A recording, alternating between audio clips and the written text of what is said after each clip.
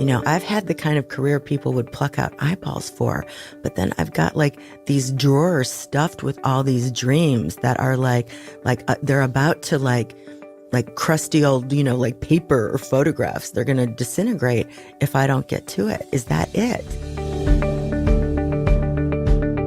So when this week's guest, Sheri Salata, left her post as the co-president of the Oprah Winfrey Network last year, for the first time in more than 2 decades, she actually didn't know what was coming next. She started with Oprah in the mid-90s, rode that wave with her until she became actually the executive producer of the show and headed up the Harpo Network as a president, and then made the jump with her to own and help build that entire network until she hit a point where she started to realize that she has had the most extraordinary career surrounded by the most extraordinary people and working with incredible personalities, including Oprah Winfrey. And yet she hit a point where in her mid-50s, she started to ask questions about what was she here to do and who was she here to be and what was this next leg of her adventure.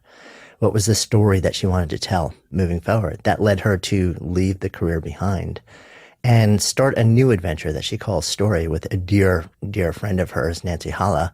They also produce a podcast called This Is 50 and some other really fun properties. And of course, we'll link to those. But I wanted to sit down with her and explore her journey and some of the big moments in that journey.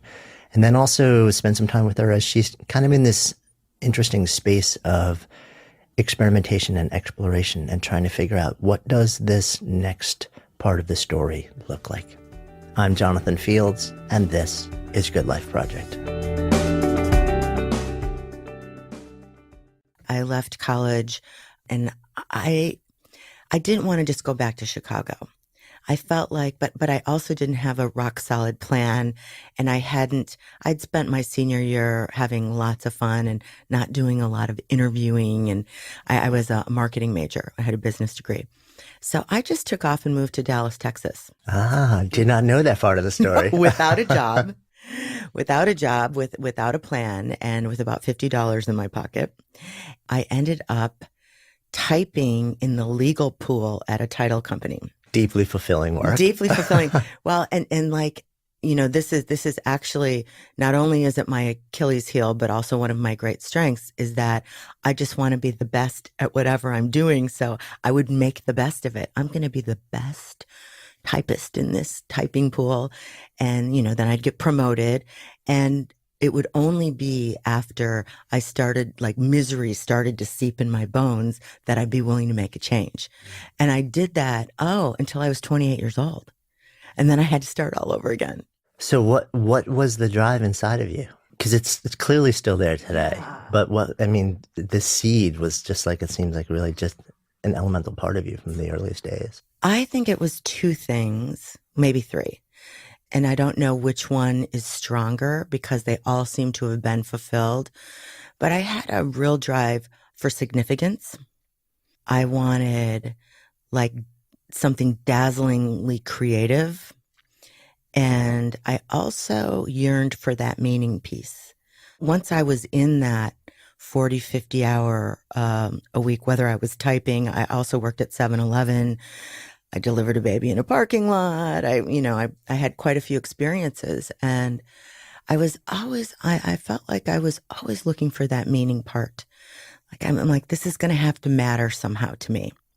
More so than just, I love my coworkers, or I'm moving ahead, or I'm helping customers, or I can clean a Slurpee machine, good as anybody. But that meaning piece was a real driver for me. How far, if you kind of like close your eyes and think back, how far back into how young can you trace that as something that you were aware of? Well, I think as a kid, I somehow got a few things confused. I confused worthiness with accomplishment because I was the first grandchild on both sides of my family, so that you get lots of attention. You sneeze and everybody's like, it's, standing ovation. So I think that there can be something a little confusing about that. Why are there 10,000 pictures of me and 2 of my youngest cousin? Because, by that time you're like, we got tons of pictures of kids. But there was something that was a little haywire for me there. So, I'd accomplish something, I'd get straight A's, I'd get, attention and cheers and applause and love. And then I'd do this and I'd get that. And so I think that was kind of a driver in a way. So it was externally oriented a lot. A little bit. And then I think as I started to feel comfortable that I can accomplish, I'm an accomplisher, then it was, but that's not going to be enough. It felt like this, never ending quest for what is it? What is it? What is it that I'm really hungering for?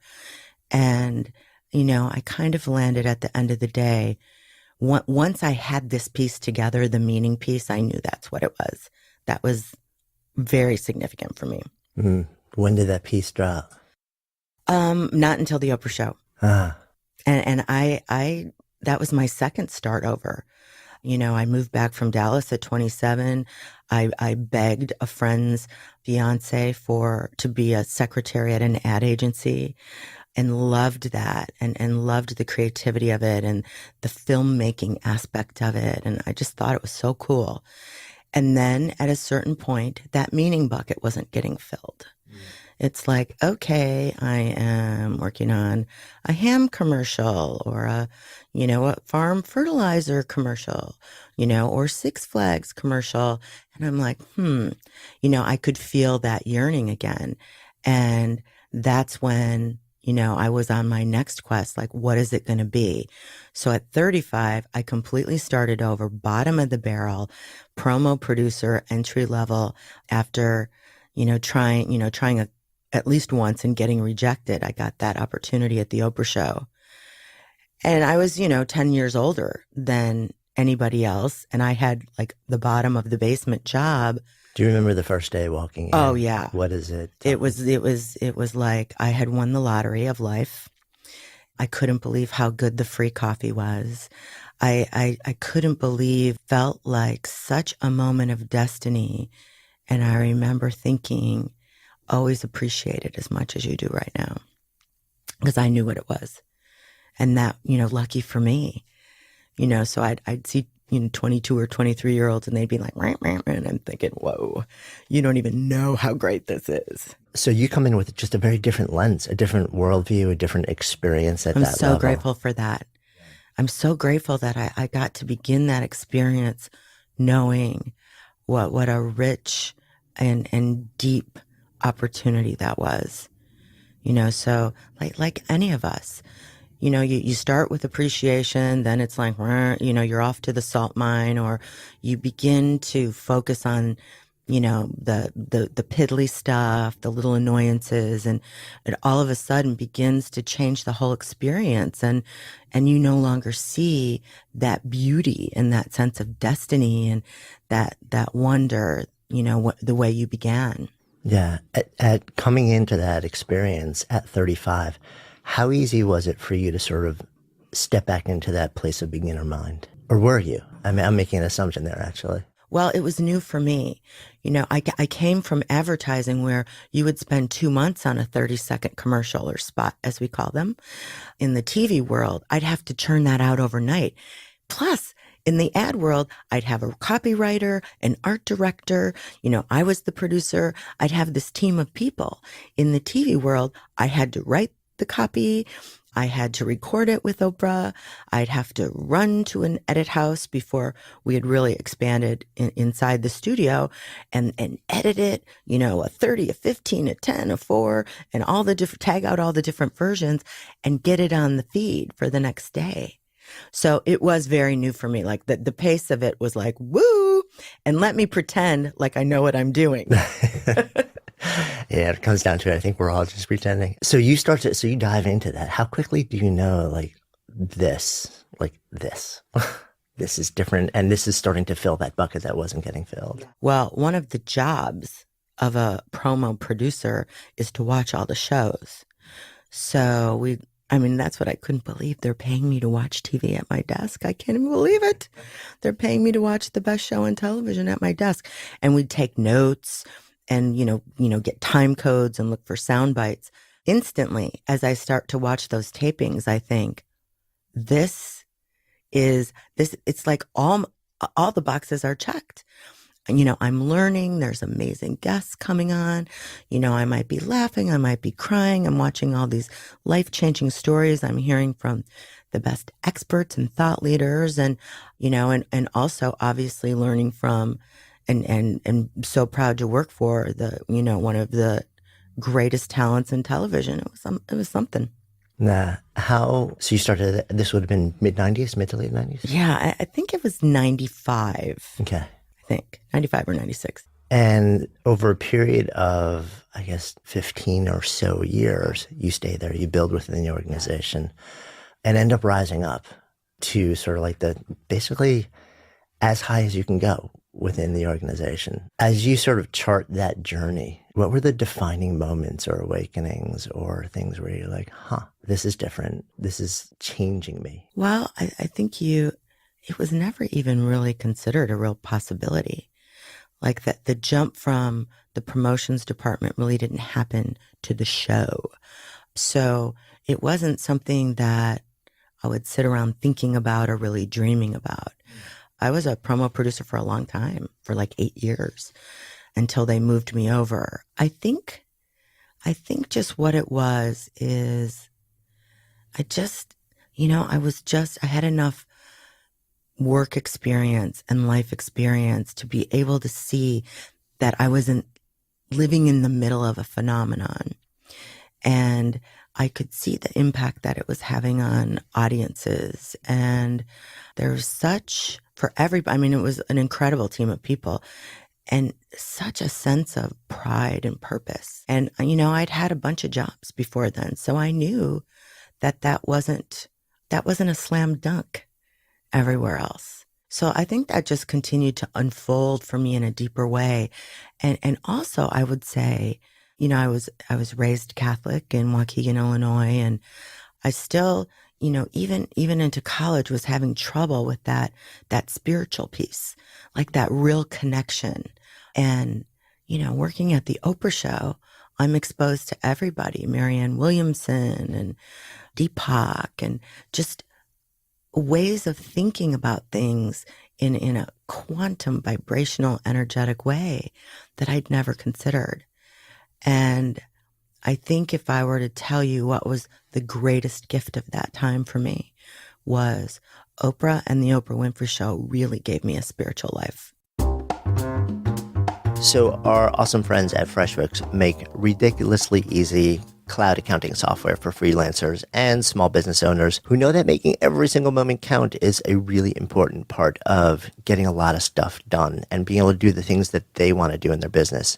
By drastically simplifying things like invoicing, tracking expenses, and getting paid online, FreshBooks has totally changed the game for now more than 10 million people. You can link your FreshBooks account to your credit card and debit card, so next time you expense, the business stuff or the tank of gas or lunch, it just shows up automatically. They have notifications and awesome customer service. To claim your month-long unrestricted free trial with no credit card required, go to freshbooks.com/goodlife and enter the Good Life Project in the How Did You Hear About Us section.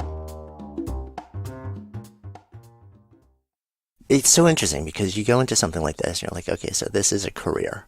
It's fascinating work, right? And especially somebody who seems to be wired like you, we're like, okay, let me master this and then this and then this and then this and become the best that you can be at this.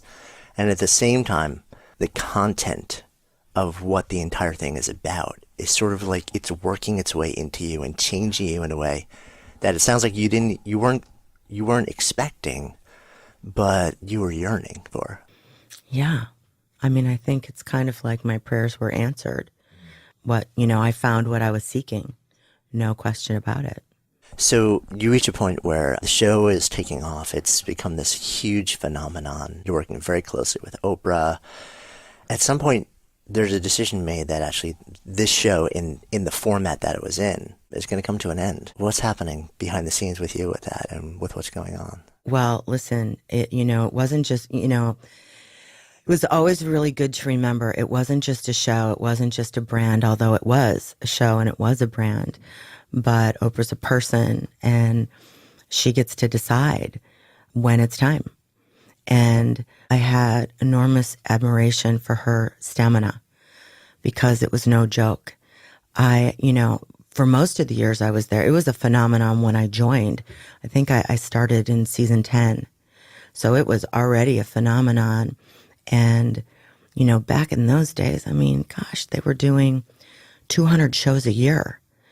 By the time I was executive producer, and the contract called for maybe it was 140. And I thought that was crazy mint. But that was taping like 6 primetime, like full on layered, dense tape packages, guests coming in, primetime specials a week is what it felt like. And by that time, the fantastically creative and innovative producers, along with Oprah, who invented everything, they'd done everything. What else is there to do? They'd done everything. Oprah is discerning. She doesn't not want to do the same old thing over and over again. So, I would say those last 5 years, it was the best kind of creative challenge, but a real challenge to deliver at that, the quality of programming, at the level and to do it for Oprah and to do it well. Meanwhile, what you're describing, that to produce the quantity of show that you're talking about at the quality level where the bar is the top of the top, like it doesn't get higher than that, has got to be just on a personal level, all consuming for you as a human being. How, like if you zoom the lens out, it's like, okay, so this is Sheri's life. How are you with that? Well, it's not true for everybody. I marveled at some of the very senior producers who really could handle a lot of different things while they still delivered, at the highest level. For me, it was very all-consuming. I had to give it top attention and really kind of squeeze the rest of my life a little bit to the side or put a lot of it on pause. Because when I wasn't there, I was thinking about it or fretting about it, or is this good enough? Is that good enough? It was dense. And for me anyway, it was high stress. So, and how when something requires so much focus, like that churning of, is this idea good enough? Is there a better way to do it? Is this going to work? Is this going to meet our standard? Not just from a production standpoint, but is it right? There was nothing worse than after a show to be in Oprah's office. And she really feels like from an integrity way that we had missed the mark, or from what was that? Those were the toughest moments. How did you deal with that stress? Because it seems like it was high level and it was sustained, not just for days or months, but for years. How do you be okay with that? I wouldn't say I did. I dealt with that well. I wouldn't say I did at all. I really try to have no regrets, because I know I did the best I could at any time. But I would say there were some tentpole practices I could have really stuck to in my life, which is kind of called practice what you preach, because we were producing shows about it all the time. I've been in that same place. It's like, I know what to do. Yes. But somehow, yeah. Yes. Sometimes I think when you don't have those rock solid stress management techniques, like work out without fail, meditate without fail, and I knew all that would work.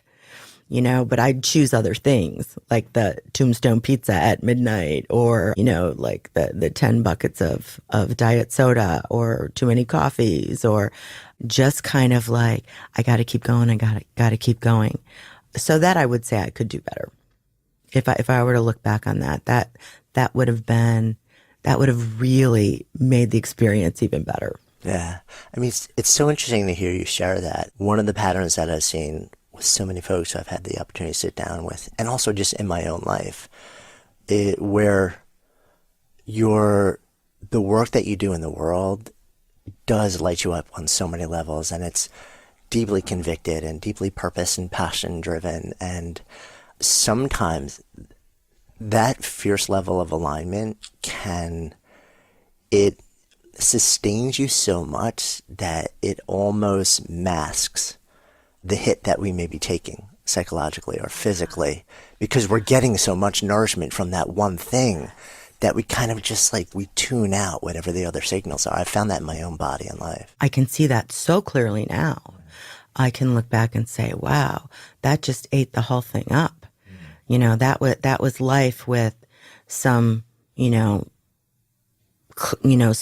other, things on the side. I mean, my friends and family could count on me in a crisis, but just on the day-to-day, hey, let's get together, not so much, because I was, it was all consuming. Yeah. So the decision is made. That show winds to an end. The final season has been documented. I'm sure everybody's seen it. We did a reality show. Yeah, on right. It. Yeah. Exactly. It seems like it was a wild wrap up. Insane. And so much fun. Right. And at the same time, and still, that's not the end of that chapter. Well, it's the end of that chapter. It was not quite the end of the Oprah chapter, or that sort of it moves into this sort of evolution of the next entertainment complex revolved around, the similar brand.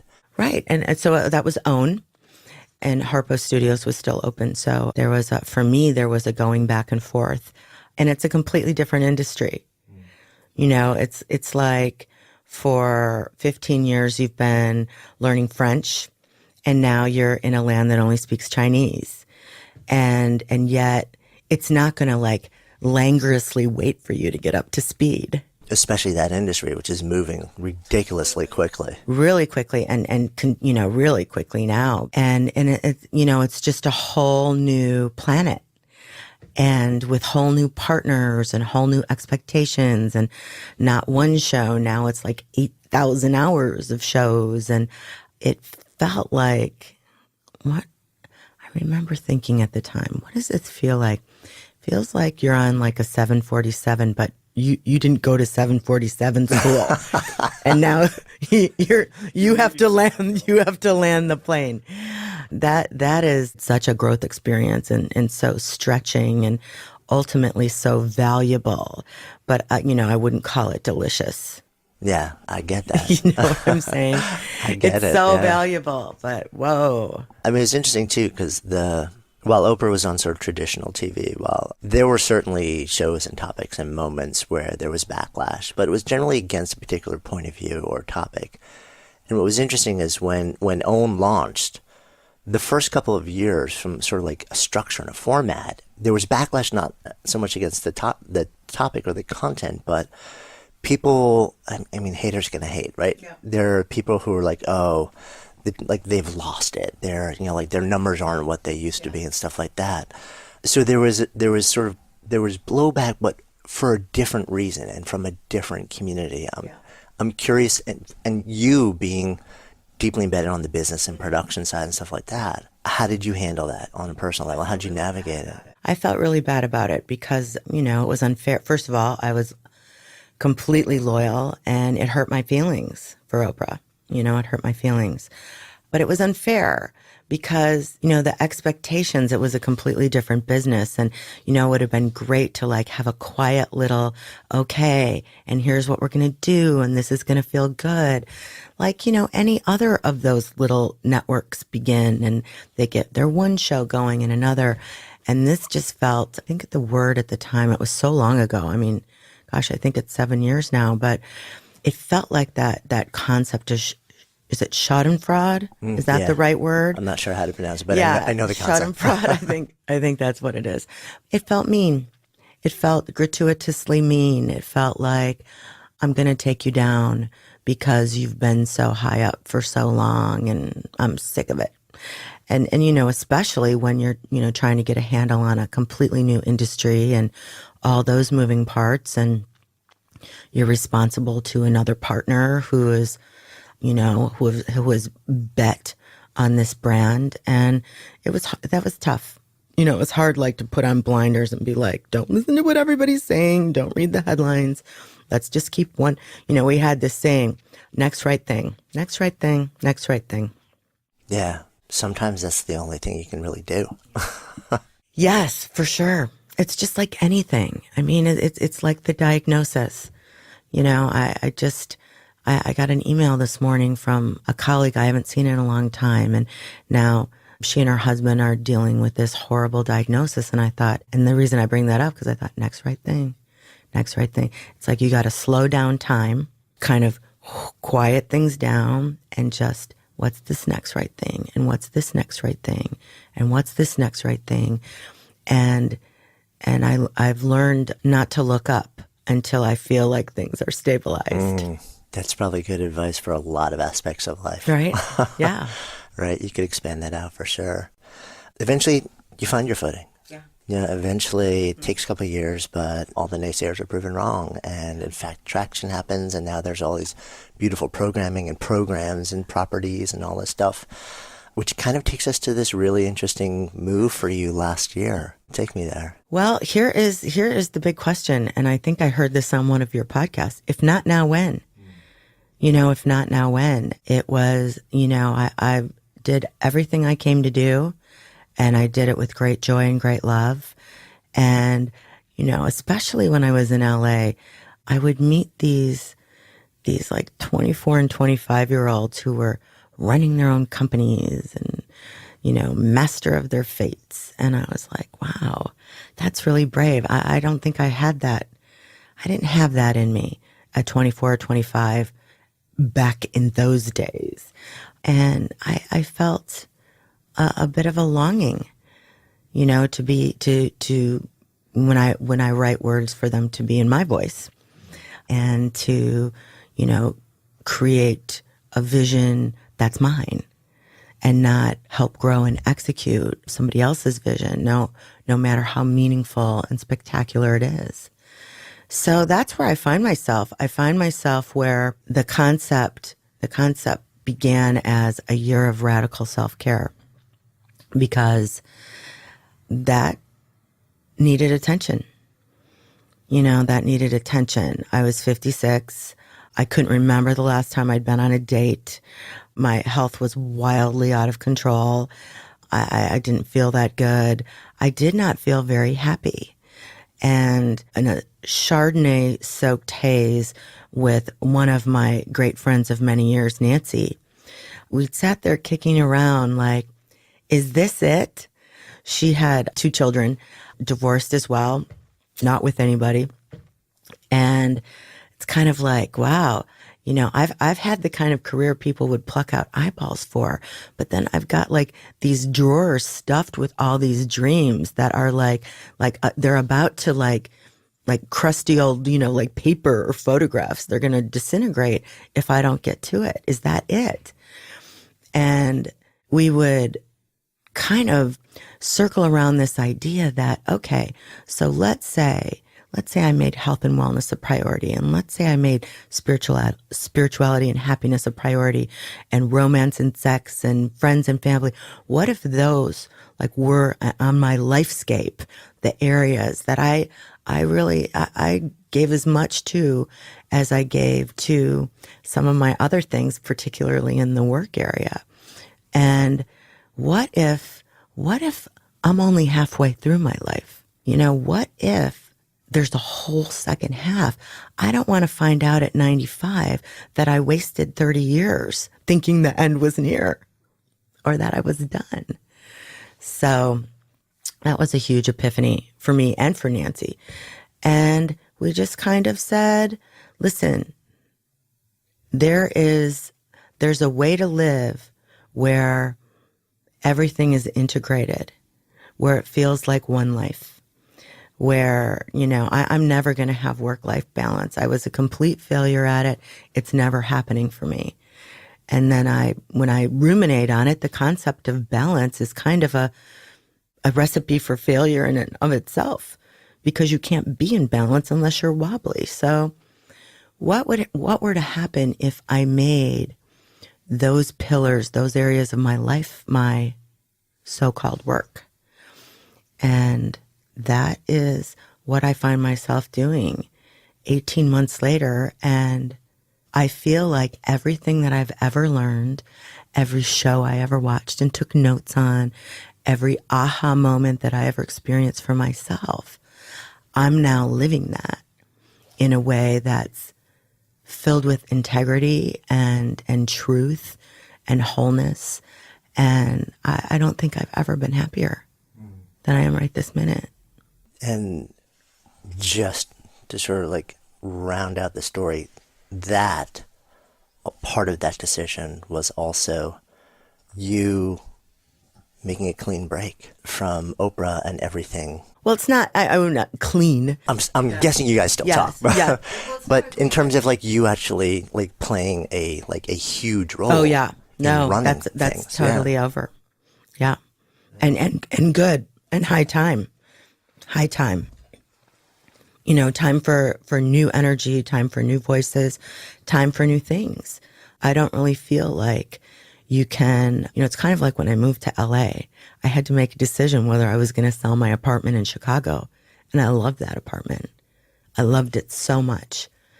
All the rooms overlooked the lake. It was a vintage apartment, so you can relate.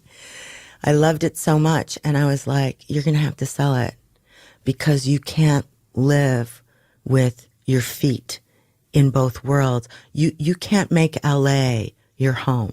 You can't dive into it like the deep end of a pool and really soak it up if you're thinking about your apartment in Chicago all the time. So if that's what you mean by, that's the clean break, that you have to say yes to this new thing out front. Yeah, it's like you have to close the door or else, because the other one doesn't open until you do. Yeah, you can see it and you can touch it, you can feel it. And appreciate it. Yeah. And it's good for everybody. Yeah, and it sounds like, interestingly, well, let me just ask a question, actually. Did you feel like when you closed that door and sort of like took that first real big step into the next one, did it just feel like, good, this is right? Was there angst? Was there questioning? Or were you just like, no, I'm on this? Well, I feel like, you know, for the first time in 20 years to really feel a sense of freedom, how I spend my time, what my schedule is, going to the bank to cash a check was a little source of joy for me. Running errands. I mean, those were all things that I didn't do for years. Was there any melancholy sort of like wrapped around that particular awakening? You're just like, good. You're like, I'm good with how I've spent my time. Yes. No melancholy. Because that's what it required. Yeah. That's what it required. But then it's like you come out and you go, oh my God, the sun's out. There's, you know, it's like I'd like to go into my bank in Los Feliz, which is a great neighborhood in LA, on the east side, and I call out, Alex, there's Alex, my banker, and, you know everybody's name. That's such a new experience for me, and I revel in it. I revel in those little things now and appreciate them. So you're, I guess, about a year into this now, right? Yeah, a little bit more. Yep, I'm in year 2.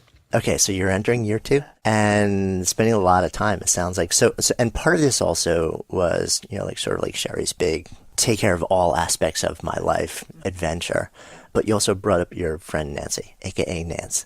Yeah, Nance. Well, if you listen to the podcast, by the way, and we'll dive into that a little bit too. You guys, it sounds like it's been a lifelong friendship, or at least a grown-up life, like 27 friendship. Years, yeah. So it's not just your project. There was a whole conversation where you said, like, what would it look like for us to do something together, both personally but also professionally? Yeah. Take me there a little bit.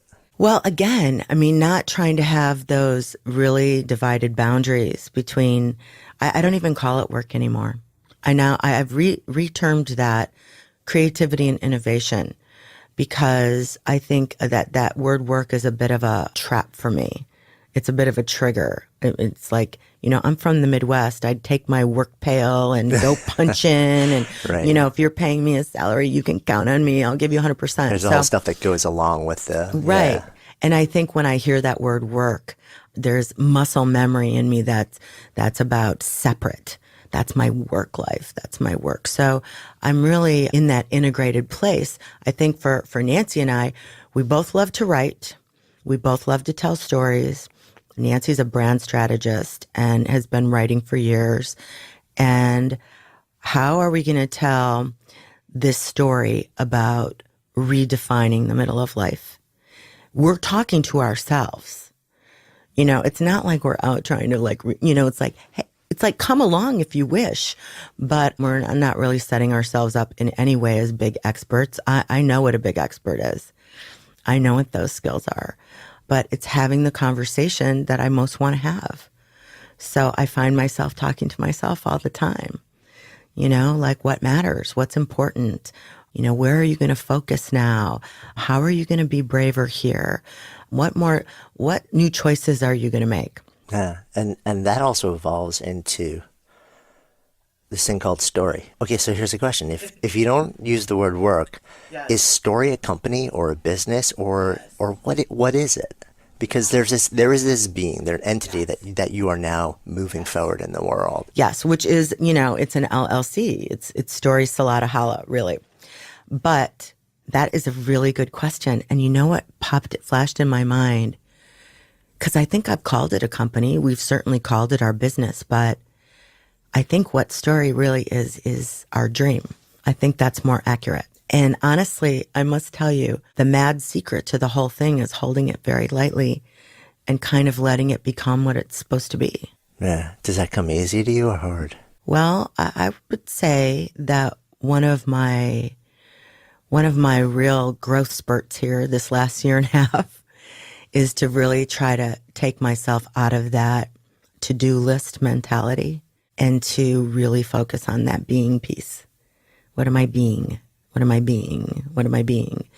It begins every day by making transcendental meditation. Listen, it is my greatest, most immediate wish that I'm able to do that twice a day for 20 minutes. And I continually fall off the curb. But making that as important as a call, a conference call, a deal, a meeting on a TV show, that's new for me. All that stuff would have just gone right to the back burner when, quote unquote, work called.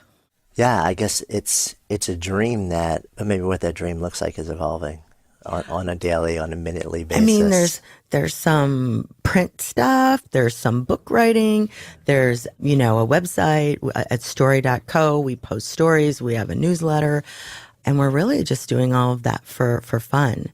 And then we started the podcast in August, which I have such respect for this platform. I didn't know it was this. I didn't know how great this was, where it's just so intimate and so personal, so fulfilling as a content platform. I don't think I understood that. It took me a long time to understand that too. And so real, as you can hear the sirens in the background, like we are clearly sitting in a little home studio in New York City, which some people it bothers because they want the big broadcast experience. And then other people are like, oh, this is cool because it's like I'm sitting in the room with you and you're in my ears, you're in my head. And it feels better. And like you said, it's different. I'm really curious too how it is for you. You spent your entire adult career producing other people being in front of a camera or behind a mic.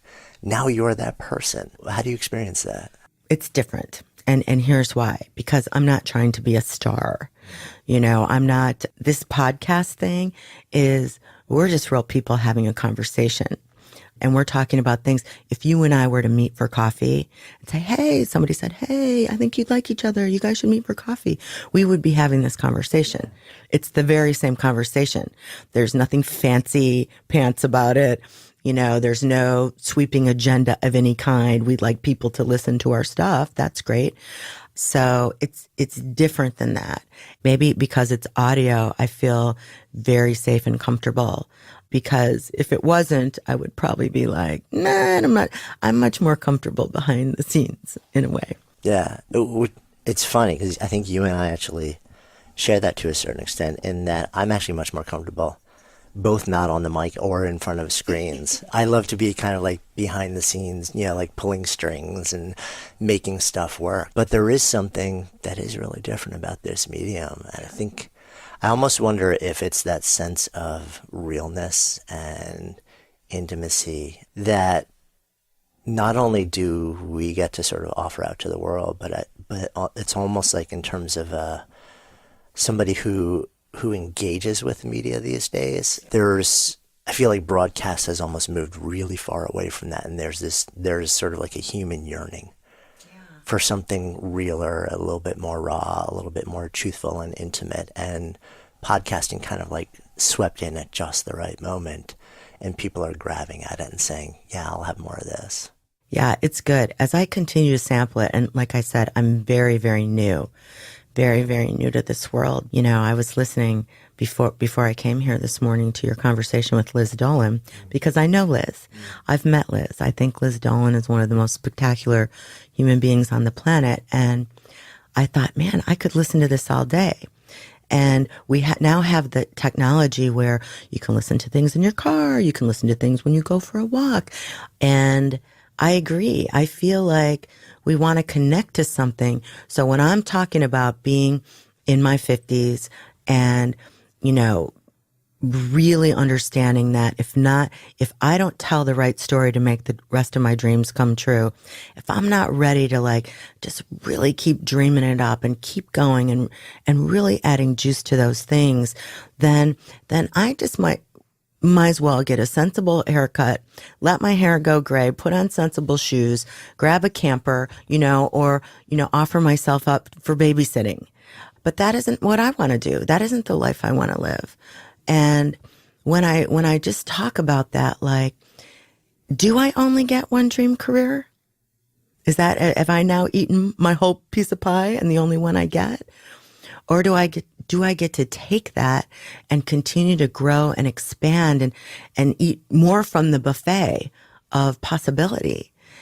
And when I'm talking about that, I can literally see women that I've known for 40 years. I can see their eyes light up. Me too. You know, everybody wants great love, and maybe you can have 3 great loves in your life, and maybe you can have 3 dream careers. And what else and what's next? And that's kind of an exciting energy to swim in your 50s. You know, to kind of really redefine the whole thing for yourself. And so when I look at somebody else being excited by it, that's the energy that propels me forward to keep doing it. Yeah, it's interesting. Your whole physical demeanor just changed as like in the last 30 minutes. You're like, boom, we just hit something. It's so clear that there's like a radiance attached to this exploration. And for you, it is really interesting to sort of like see you holding it so loosely and saying, you feel clearly like, yes, there is something, but I can't tell you what it is right now, but I'm going to keep doing this every day until it reveals itself. Yeah, it feels really good. It feels really good to let something take shape, you know, with its own divine timing, you know, and to kind of follow the trail of, you know, I've said and shared with friends that I really feel like in my early 20s that misery was my compass. Like if I'd get really miserable, it was time to go in a new direction. And that's brutal. It's a brutal way to live. I mean, you're literally like just putting yourself in chains until your misery is so great that you must free yourself. What I like to think of now that I'm doing is I'm making happiness my compass, as if it's the most important North Star. Like, how does that feel? Does that make you feel happy? Does that feel happy? Does that feel good? And it's a choice, but it's also like, is this move in this direction contributing to that energy? Do I feel uplifted, or do I feel like, what are you doing? I try to listen to that now. That's new. But the smile on your face when you say that tells me it feels it's right. It's new. Yeah. Which just feels like it's probably a good place for us to come full circle also. So we're sitting here in the context of this podcast called Good Life Project. So if I offer that phrase out to you, to live a good life, what comes up? Oh, well, my newest, my most current understanding is that the number one thing I need to tend to is the story I'm telling myself about myself in my own head. And the words I'm choosing about it, the narrative I'm building and creating. It's my contribution to world peace. It's my contribution to the inspiration of others. It's the one thing that I have to control. It's the thing I have to craft, to produce, you know, to build on. And that story matters so, so dearly. And everything else that I'm ever going to experience in my life, that I'm ever going to contribute to another human soul, that I'm ever going to contribute to this planet is very much dependent on my ability to stay focused on doing that very, very well. That's a good life. Thank you. Thank you. Hey, thanks so much for listening. And thanks also to our fantastic sponsors who help make this show possible. You can check them out in the links we've included in today's show notes. And while you're at it, be sure to click on the subscribe button in your listening app so you never miss an episode, and then share the Good Life Project love with friends. Because when ideas become conversations that lead to action, that's when real change takes hold. See you next time.